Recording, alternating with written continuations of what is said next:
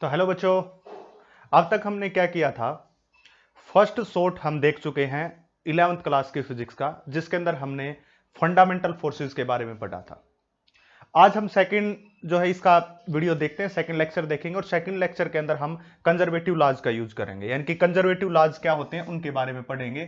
तो आज का टॉपिक होगा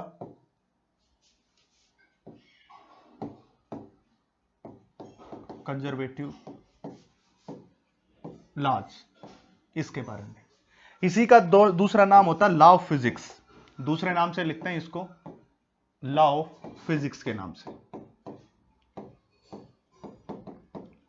अब देखिए क्या होता है, क्यों होता है, कैसे होता है, वो सब बातें करेंगे। इसके साथ साथ आपको एक बात मैं बता दूं कि ये पता होना चाहिए इन सब के साथ साथ कि हम जो कर रहे हैं इसके सारे जितने भी ये जो मटेरियल कर रही है, बोर्ड्स लेवल का, सीबीएसई लेवल का, यानी कि लो लेवल से हाई लेवल तक जा रहे हैं, आईआईटी नीट तक। उसके न्यूमेरिकल भी साथ साथ कराऊं क्योंकि ये तो थ्योरेटिकल पोर्शन चल रहा है, उसका सब कुछ करवाएंगे। ये सारी चीजें इसके पीडीएफ नोट्स के रूप में आपको टेलीग्राम चैनल पे मिलेगी और डिस्क्रिप्शन में लिंक है, वहां जाके फॉलो कर लीजिए। जल्दी से उसको फॉलो कीजिए, दबा के फॉलो कीजिए और इस चैनल को भी शेयर कीजिए ताकि जो जरूरतमंद है उसको मिल जाए वीडियोज। तो ये आप अपना काम कीजिए और यहां पे हम पढ़ते हैं लॉ ऑफ फिजिक्स के बारे में। एक्चुअल में हुआ क्या था, जब फिजिक्स के बारे में बताया जा रहा था, फिजिकल वर्ल्ड के बारे में बातें कर रहे थे, जैसे पहले में हमने बताया था कि 4 ही फंडामेंटल फोर्स होते हैं। इसके बाद एक नई बात निकल के आई। वो नई बात क्या थी? वो नई बात ये थी कि जो फिजिक्स है उसमें ऑब्जर्वेशन और एक्सपेरिमेंट के द्वारा कुछ ये बता दिया गया कि कुछ फिजिकल क्वांटिटी कांस्टेंट रहती है, वो कभी चेंज नहीं होती। वो बताई कैसे थी? ऑब्जर्वेशन एंड एक्सपेरिमेंट के द्वारा। मैंने पहले ही बताया था कि फिजिक्स एक नेचर और नेचुरल फिनोमिना की स्टडी है, वो है एक्सपेरिमेंट और ऑब्जर्वेशन। इनके द्वारा एक्सपेरिमेंटली ऑब्जर्व करते हैं हम प्रत्येक चीज को, तो ये देखा गया कि कुछ चीजें जो है हमारी वो कांस्टेंट रह रही हैं। जो जो चीजें कांस्टेंट रहती हैं उसको हमने क्या बना दिया? लॉ ऑफ फिजिक्स बना दिया। यानी कि जब भी हम किसी फिजिकल क्वांटिटी के बारे में बात करेंगे तो ये कुछ लॉज हैं जो क्या रहने चाहिए? कांस्टेंट रहने चाहिए। उनको वोलेट नहीं कर सकते, उनको नहीं तोड़ सकते। उनको ध्यान में रखते हुए हमें वो सारे काम करने हैं। तो 4 टाइप के लॉ बता दिए गए, 4 टाइप्स। 4 टाइप्स के लॉज बता दिए गए। इन 4 टाइप्स के लॉज के अंदर जो सबसे पहला है वो है law of conservation of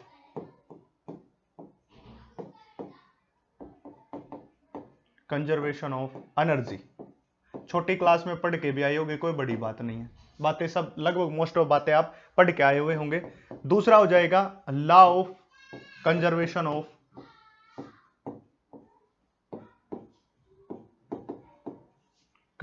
of charge. Charge का कंजर्वेशन, ठीक है। Law of conservation of energy, law of conservation of a charge.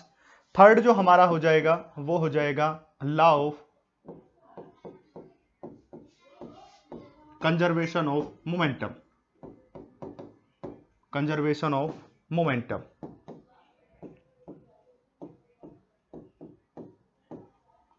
कौन से वाला? लीनियर मोमेंटम, ठीक है। इसके बाद एक और है, और वो कौन सा हो जाएगा वो देखिए। फोर्थ वन हो जाएगा, फोर्थ वन हो जाएगा law of conservation of angular momentum. कौन सा मोमेंटम? Angular momentum.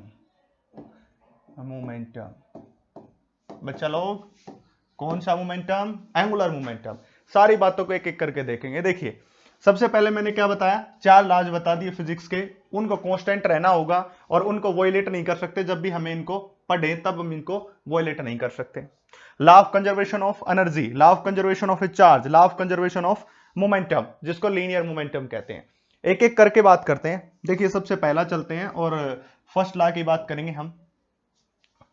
फर्स्ट सबसे पहला पढ़ते हैं, ठीक है। फर्स्ट हो जाएगा law of conservation of energy. Law of conservation of energy. देखिए law of conservation of energy की बात क्या है कि ये कह रहा है कि एनर्जी ना तो बनाई जा सकती है और ना ही खत्म की जा सकती है। इस बात का मतलब क्या है कि जो एनर्जी है उसको केवल एक फॉर्म से दूसरी फॉर्म में बदल सकते हैं, बट ऐसा नहीं कि हम खत्म कर दें। सिंपल सा एग्जांपल आपको देता हूं मैं। सबसे पहला एग्जांपल की अगर हम बात करते हैं तो सिंपल से एग्जांपल के अंदर मैं बात करता हूं कि किसी हाइट के ऊपर कोई बॉडी है। सपोज कीजिए ये हाइट है h, इस हाइट से एक बॉडी को मैंने नीचे डाल दिया। अब 10th क्लास के अंदर या 9th क्लास के अंदर आपने पढ़ा होगा कि जब किसी हाइट के ऊपर बॉडी होती है तो उसकी हाइट के कारण जो एनर्जी आती है वो होती है उसके पास potential energy.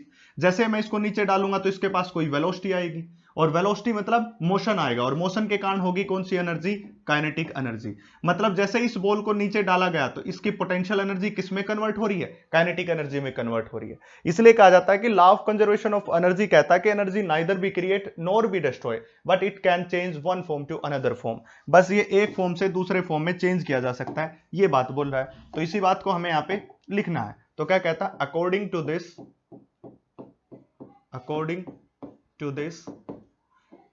energy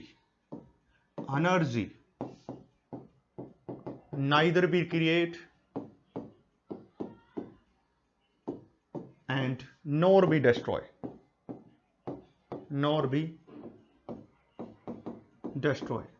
but it can change one form to another form another form. बच्चा लोग, एक फॉर्म से दूसरी फॉर्म में बदला जा सकता है, एक फॉर्म से दूसरी फॉर्म में बदला जा सकता है, ना तो बनाया जा सकता ना खत्म किया जा सकता। इसको एक फॉर्म से दूसरी फॉर्म में, इसका सिंपल सा एग्जांपल की बात करते हैं। ये एनर्जी की बातें क्या चल रही है, कैसे हम इसको समझ पा रहे हैं। देखिए, सबसे पहले हम कहते हैं कि भगवान शंकर है, भगवान शंकर के दूसरे अवतार की बात करते हैं हम, विष्णु के अवतार की बात करते हैं हम क्या करते हैं? एक दूसरे के अवतार की बात करते हैं। अब कहते हैं कि भगवान तो एक ही है बट वो दूसरे रूप में आता रहता है, दूसरे रूप में जन्म लेता है। उसी प्रकार ये है, एनर्जी खत्म नहीं होती है, बस वो एक रूप से दूसरे रूप में चली जाती है। यहां पोटेंशियल एनर्जी थी, यहां काइनेटिक एनर्जी। जैसे कभी वो राम बन के आता, कभी कृष्ण बन के आता है, कभी शंकर बन के आता, कभी ब्रह्मा, कभी विष्णु। भगवान तो एक ही है बट वो अलग अलग फॉर्म में आ रहा है, अलग अलग फॉर्म में आ रहा है। इसी प्रकार एनर्जी तो एक ही है, एनर्जी अलग अलग नहीं है, बट वो एक फॉर्म से दूसरी फॉर्म में चेंज होती रहती है। ये जैसे पोटेंशियल एनर्जी काइनेटिक एनर्जी में हो गई। तुमने सुबह सुबह खाना खाया, खाना खाने के बाद तुम अब काम कर रहा हूं, मैं काम कर रहा हूं खाना खाने के बाद, तो इसका मतलब क्या हुआ? मेरी जो हीट एनर्जी है वो किस में कन्वर्ट हो रही है? वर्क डन में कन्वर्ट हो रही है। जो फूड लिया था उससे हीट एनर्जी मिली, वर्क डन में कन्वर्ट हो गई। इसी प्रकार जैसे यहां पोटेंशियल एनर्जी काइनेटिक एनर्जी में कन्वर्ट हो जाती है। तो this is the first law of physics, ये पहला लॉ था। अब सेकेंड लॉ की बात करते हैं, law of conservation of a charge. Law of conservation of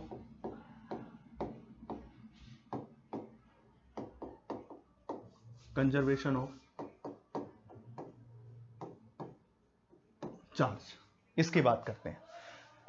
law of conservation of charge. अब वही जैसे कि हमने law of conservation of energy पढ़ा है, वैसे ही law of conservation of charge होता है। इसके अंदर क्या किया जाता है कि ये बोलता है कि चार्ज को ना तो बनाया जा सकता है ना ही डिस्ट्रॉय किया जा सकता, बट एक बॉडी से दूसरी बॉडी में ट्रांसफर किया जा सकता है। बच्चा लोग, पहले में क्या कर रहे थे? एक फॉर्म से एनर्जी को दूसरी फॉर्म में ले जा रहे थे, बट यहां पे क्या करेंगे? एक चार्ज को एक बॉडी से दूसरी बॉडी में ट्रांसफर कर सकते हैं, फॉर्म को चेंज नहीं किया जा सकता। दोनों में डिफरेंस समझिएगा कैसे बोल रहा है। इसमें भी लिखेंगे, यहां पे लिखेंगे दूसरा पेन व्हाइट कलर का, charge neither be create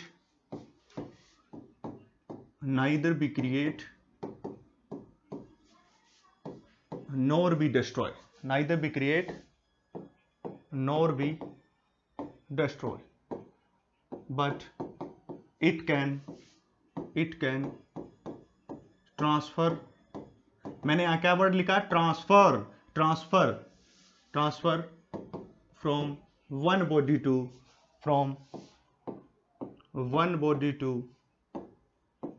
another body. एक बॉडी से दूसरी बॉडी में उसको क्या किया जा सकता है? ट्रांसफर किया जा सकता है। Charge neither be create nor be destroyed but it can transfer from one body to another body. एक बॉडी से दूसरी बॉडी में क्या किया जा सकता है? ट्रांसफर किया जा सकता है। इसलिए यहां पे वर्ड कौन सा यूज किया मैंने? ट्रांसफर। चेंज नहीं बोल रहा हूं मैं, जैसे potential energy kinetic energy, but यहां पे क्या हो रहा है? ट्रांसफर किया जा सकता है। अब सपोज कीजिए मैं बात करता हूं, ये हमारे पास एक बॉडी है, इसके पास है 10 कूलम चार्ज, इसका चार्ज हमने पहले चैप्टर में पढ़ा था ना, के Q1 Q2 बाई, इससे पहले वाले वीडियो में वहां पे फोर्स आया था। देखो कौन सा फोर्स था ये, इलेक्ट्रोस्टैटिक या इलेक्ट्रोमैग्नेटिक, के Q1 Q2 डिवाइडेड बाय में R स्क्वायर। Q1 और Q2 कौन था बच्चा लोग, चार्ज था, ये चार्ज था, तो 10 कूलम। दूसरी बॉडी है, इसके पास जीरो चार्ज है, अभी कितना चार्ज है, जीरो। मैं इसको वायर से कनेक्ट कर देता हूं, ऐसे ये वायर लगा दिया, ऐसा टेढ़ा मेढ़ा वायर लगा दिया, कैसा कैसा बच्चा लोग, टेढ़ा मेढ़ा। तो इस 10 कूलम चार्ज ट्रांसफर होकर किस में जाना स्टार्ट हो जाएगा, इसमें। कब तक जाएगा, जब तक इसके पास भी 5 कूलम और इसके पास भी 5 कूलम हो जाएगा। तो इस बॉडी से चार्ज किस में ट्रांसफर हो गया, इस बॉडी में ट्रांसफर हो गया। चार्ज पार्टिकल, चार्ज ट्रांसफर हो रहा है, नहीं कि क्रिएट हो रहा है। बन गई बात यहां पे। तो अब देखो यहां पे हमने बता दिया कि चार्ज को हम क्या कर रहे हैं, ट्रांसफर कर रहे हैं। अगर आपको कंप्लीट इसके बारे में जानना है, इसके बारे में थोड़ी सी और बातें करनी है, तो देखिए मैं आपको बता दूं। अब देखिए एक होता है यूरेनियम 92 238, ये होता है यूरेनियम, एक रेडियोएक्टिव एलिमेंट होता है। रेडियो, यहां पे एक बड़ी इंपॉर्टेंट बात बताने वाला हूं जो पूछी जाती है, किसके अंदर पूछी जाती है बच्चा लोग, वो पूछी जाती है किसके अंदर, कॉम्पिटिटिव एग्जाम के अंदर। रेडियोएक्टिव एलिमेंट एक ऐसा एलिमेंट होता है जो हमेशा रेडिएशंस को एमिट करता है स्पॉन्टेनियसली, कभी कभार नहीं, हमेशा एमिट करता है। तो यूरेनियम जो है कन्वर्ट हो जाता है थोरियम 90 प्लस अल्फा पार्टिकल जो कि हीलियम का न्यूक्लियस होता है 2He4, और प्लस में क्या निकलती है, हीट एनर्जी निकलती है, जिसको क्यू से डिनोट किया जाता है। हीट एनर्जी को किससे डिनोट करते हैं, क्यू से। अच्छे से लिख देता हूं, थोड़ा आपको प्रॉब्लम हो रही होगी। अल्फा पार्टिकल जो कि हीलियम का न्यूक्लियस होता है, पीरियोडिक टेबल तो आप पढ़ के ही आए होंगे, हाइड्रोजन हीलियम 2He4। अब यहां पे एक बात देखने को मिल रही है कि यूरेनियम की अगर हम बात करते हैं और इसके बाद बात करते हैं थोरियम और अल्फा पार्टिकल, कहोगे कि सर आपने तो ये कहा था कि चार्ज हमेशा क्या रहता है, कंजर्व्ड रहता है, तो यहां पे भी कंजर्व्ड है। देख लीजिए पहले इससे चार्ज कितना था 92, बिफोर रिएक्शन इसके पास चार्ज कितना था 92, आफ्टर रिएक्शन कितना हो गया 90, ये हो गया, और 2 हीलियम का हो गया, तो टोटल कितना हो गया 92।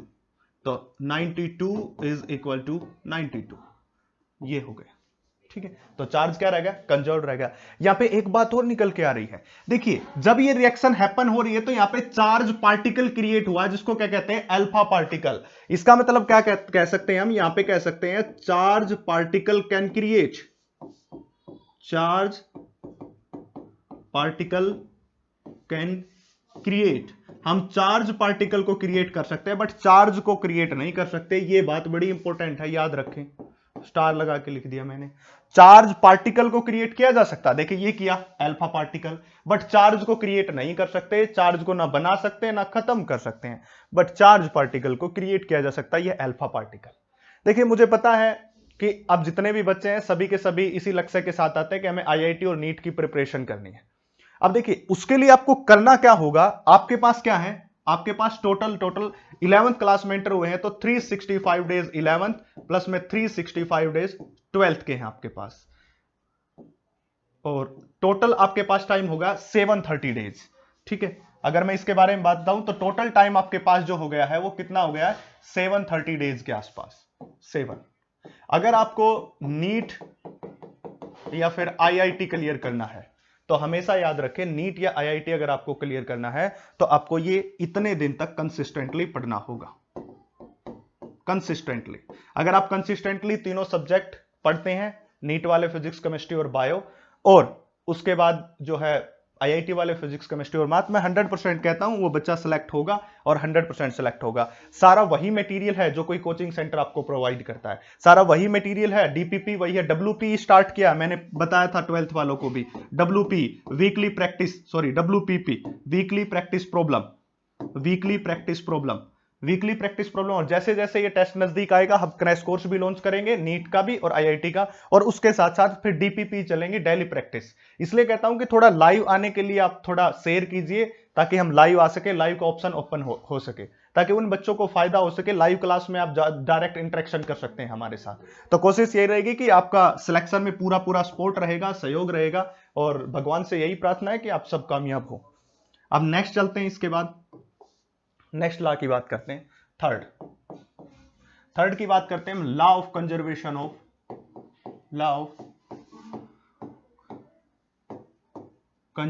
Of linear momentum, conservation of linear momentum. कुछ अलग सिखाऊंगा, कुछ अलग सीखने को मिलेगा। जैसे पीछे वाले टॉपिक में बताया था आपको कि हम कभी भी चार्ज को क्रिएट नहीं कर सकते, बट चार्ज पार्टिकल को क्रिएट कर सकते हैं। क्वेश्चन आ सकता है, आपसे पूछा जा सकता है। अब देखिए, law of conservation of linear momentum की बात करते हैं हम बच्चा पार्टी। तो law of conservation of linear momentum क्या होता है एक्चुअल में? सपोज कीजिए, सबसे पहले मैं लीनियर मोमेंटम समझाऊंगा, हालांकि आपको पता होना चाहिए, 9th क्लास में आता है। सपोज कीजिए कि एक बॉडी है, इसका मास कितना है? m के बराबर। मास कितना है? m है। ये मूव कर रही है इस तरफ कितनी वेलोसिटी के साथ? v is the velocity. v क्या है? उसकी वेलोसिटी है। ठीक है, यहां पे जो मोमेंटम बनेगा, इनका मोमेंटम बनेगा वो किसके बराबर होगा? m इंटू वी के बराबर। यानी कि product of mass and velocity, इन दोनों की मल्टीप्लीकेशन, मास एंड वेलोसिटी की मल्टीप्लीकेशन को क्या कहते हैं? मोमेंटम। इसको डिनोट किया जाता है p से, is equal to m into v. Momentum का मतलब होता है कि उस बॉडी के पास कितनी मोशन है, amount of motion possessed by the body. आगे पढ़ेंगे इसमें, 11th क्लास के सारे चैप्टर्स में ये सारी बातें हैं आपके, पर यहां पे ये ला पढ़ना इसलिए थोड़ा सा बताया है। तो product of mass and velocity is called momentum, m into v, denote किया जाता है p। अब ये बोल रहा है कि law of conservation of linear momentum, अगर किसी बॉडी के ऊपर बाहर से फोर्स लग नहीं रहा है। अब एक बात सोचिए, इसके पास मास m था और वेलोसिटी v थी, चल रही थी। अगर इसके पास मास m और वेलोसिटी v है, तो इसका मोमेंटम होगा m इंटू वी। अब मैं बाहर से अपनी तरफ से एक फोर्स लगा दूं, मेरी तरफ से एक फोर्स लगा दिया। अब पहले वेलोसिटी सपोज कीजिए इसके पास थी 10 मीटर पर सेकंड, जैसे ही मैंने फोर्स लगाया ये होगी 20 मीटर पर सेकंड। तो ये क्या है? मास एंड वेलोसिटी का प्रोडक्ट है, मास एंड वेलोसिटी का प्रोडक्ट। अगर वेलोसिटी 10 मीटर से 20 मीटर पर सेकंड हो गई, तो इसका मोमेंटम भी बढ़ गया, मतलब मोमेंटम कंजर्व नहीं रहा। वो कब हुआ? जब बाहर से कोई ना कोई फोर्स मैंने अप्लाई किया, तब। अब सपोज कीजिए यही बॉडी है, अब ये बॉडी इस तरफ जा रही है, वेलोसिटी कितने के साथ? 10 मीटर पर सेकंड। इसके पास मास कितना है? 10 kg। तो इसका मोमेंटम कितना हो जाएगा? p इनिशियल, बताया था product of mass and velocity. Mass is 10 and 10 is velocity, तो कितना हो गया? 100 किलोग्राम मीटर पर सेकंड। ये हो गया। अब मैंने क्या किया, इसको पीछे पकड़ के एक फोर्स लगा दिया, पीछे पकड़ के खींच लिया, और इसकी वेलोसिटी 10 से कितनी होगी? 5 मीटर पर सेकंड के बराबर। तो अब कितना हो जाएगा? p final momentum, that comes out to be 10 multiply by 5, that is 50 metre per second हो जाएगा। अगर ये 50 मीटर पर सेकंड है, पहले कितना था? 100, अब कितना हो गया? 50। जैसे पहले कितना था? 10 मीटर पर सेकंड था, तो 120 हो गया, तो 200 बढ़ गया। तो अगर इसके ऊपर फोर्स अप्लाई कर रहे हैं, तो मोमेंटम भी क्या हो रहा है? चेंज हो रहा है। फोर्स अप्लाई कर रहे हैं, या तो हम इसको दे रहे हैं फोर्स, या इसको पीछे पकड़ के खींच रहे हैं। तो जब तक इस बॉडी के ऊपर फोर्स रहेगा, तब तक लीनियर मोमेंटम कंजर्व नहीं रहेगा। जब तक फोर्स रहेगा, तब तक लीनियर मोमेंटम कंजर्व नहीं रहेगा। अगर लीनियर मोमेंटम कंजर्व करना है, तो फोर्स को क्या होना होगा? 0 के बराबर होना होगा। तो यही बात लगते हैं कि इफ, इसी को लिखा गया इफ, ये external force on a body is 0, अगर बाहर का फोर्स बॉडी के ऊपर 0 है, then linear momentum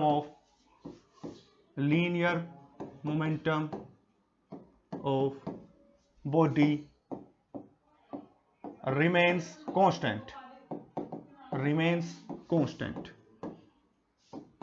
तो उसका लीनियर मोमेंटम क्या हो जाएगा? कांस्टेंट के बराबर।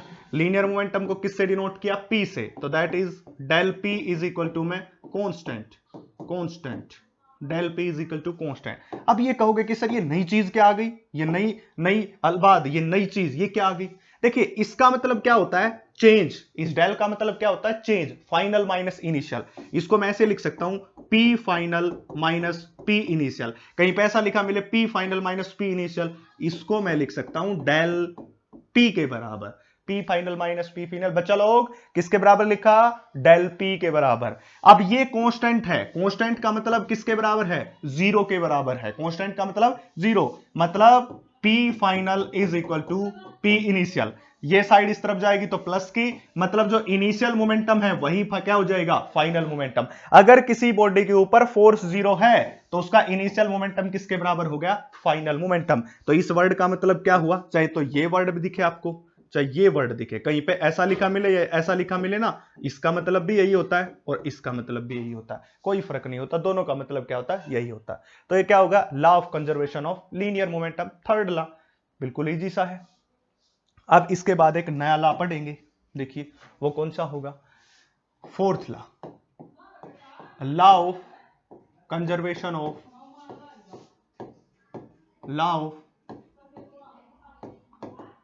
Conservation of angular momentum. कौन से वाला बच्चा party, angular momentum, angular momentum, इसके बारे में बात करते हैं। एंगुलर मोमेंटम को L से डिनोट किया जाता है, जैसे लीनियर मोमेंटम को P से डिनोट किया था, अभी अभी मैंने बताया था आपको। देखिए लीनियर मोमेंटम को किससे डिनोट किया था, P से, ये बता रखा, P से डिनोट किया था। इसी प्रकार एंगुलर मोमेंटम को किससे डिनोट करते हैं हम, एंगुलर मोमेंटम को डिनोट करते हैं हम L से, कैपिटल L से डिनोट किया जाता है। अब क्या होता है एंगुलर, एंगुलर का मतलब होता है घूमना, चेंज होना। जैसे आपने अपने घर का डोर देखा होगा, डोर को जब बंद करते हो तो वो क्या करता है, एंगुलर आर्क बनाता है। आप देख सकते हो कि जब आप पकड़ के दरवाजे को, डोर को बंद करोगे तो वो किसी एंगल में मूव करता है। अब एंगल में मूव करता है, देखिए ऐसे देखा होगा आपने ये अपना डोर, जैसे ये डोर है, यहां से ये फिक्स है, ठीक है, यहां पे ये लगा हुआ है, जिसको पकड़ के बंद करते हो तो वो क्या जाएगा, ऐसे आर्क में घूमेगा, ऐसे बंद हो जाएगा। यहां से आप ऐसे पकड़ के, ऐसे इस दरवाजे को ऐसे पकड़ के फोर्स लगाओगे और ये क्या हो जाएगी, परपेंडिकुलर डिस्टेंस, और फोर्स लगाया बाहर की तरफ। ये देखिए ये पेन है, ये पेन तो फोर्स का काम कर रहा है, ये हो जाएगी परपेंडिकुलर डिस्टेंस। तो क्या हो जाएगा, force into perpendicular distance. Force कौन सा, बाहर की तरफ, जो पेन ने लगाया बाहर की तरफ, परपेंडिकुलर डिस्टेंस ये, इन दोनों के प्रोडक्ट को हम क्या कहते हैं, टॉर्क कहते हैं, या फिर इसको क्या कहा जाता है, टॉर्क कहा जाता है। देखिए इसको हम क्या कहते हैं, टॉर्क कहते हैं, ठीक है। टॉर्क क्या चीज होती है, टॉर्क होती है product of force and perpendicular distance का, सिंपल सा बता रहा हूं, इसकी अच्छी सी डेफिनेशन 5th यूनिट में पढ़ेंगे 11th क्लास में। ये जो टॉर्क, जैसा कि लीनियर मोमेंटम में फोर्स का काम होता है, वैसे ही एंगुलर मोमेंटम में किसका काम होता है, टॉर्क को। जैसे आपने लीनियर मोमेंटम में फोर्स की बात की थी, वैसे ही एंगुलर मोमेंटम में किसकी बात करेंगे हम, टॉर्क की। वहां पे लिखा था if external force on the body is zero, यहां पे लिखेंगे external torque on body is zero, then angular momentum remains constant. तो इस बात को लिखते हैं, if external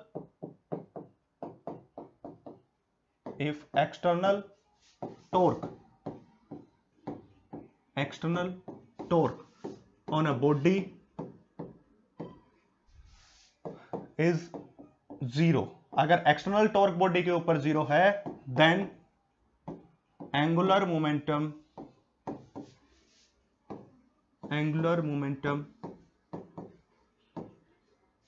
of a body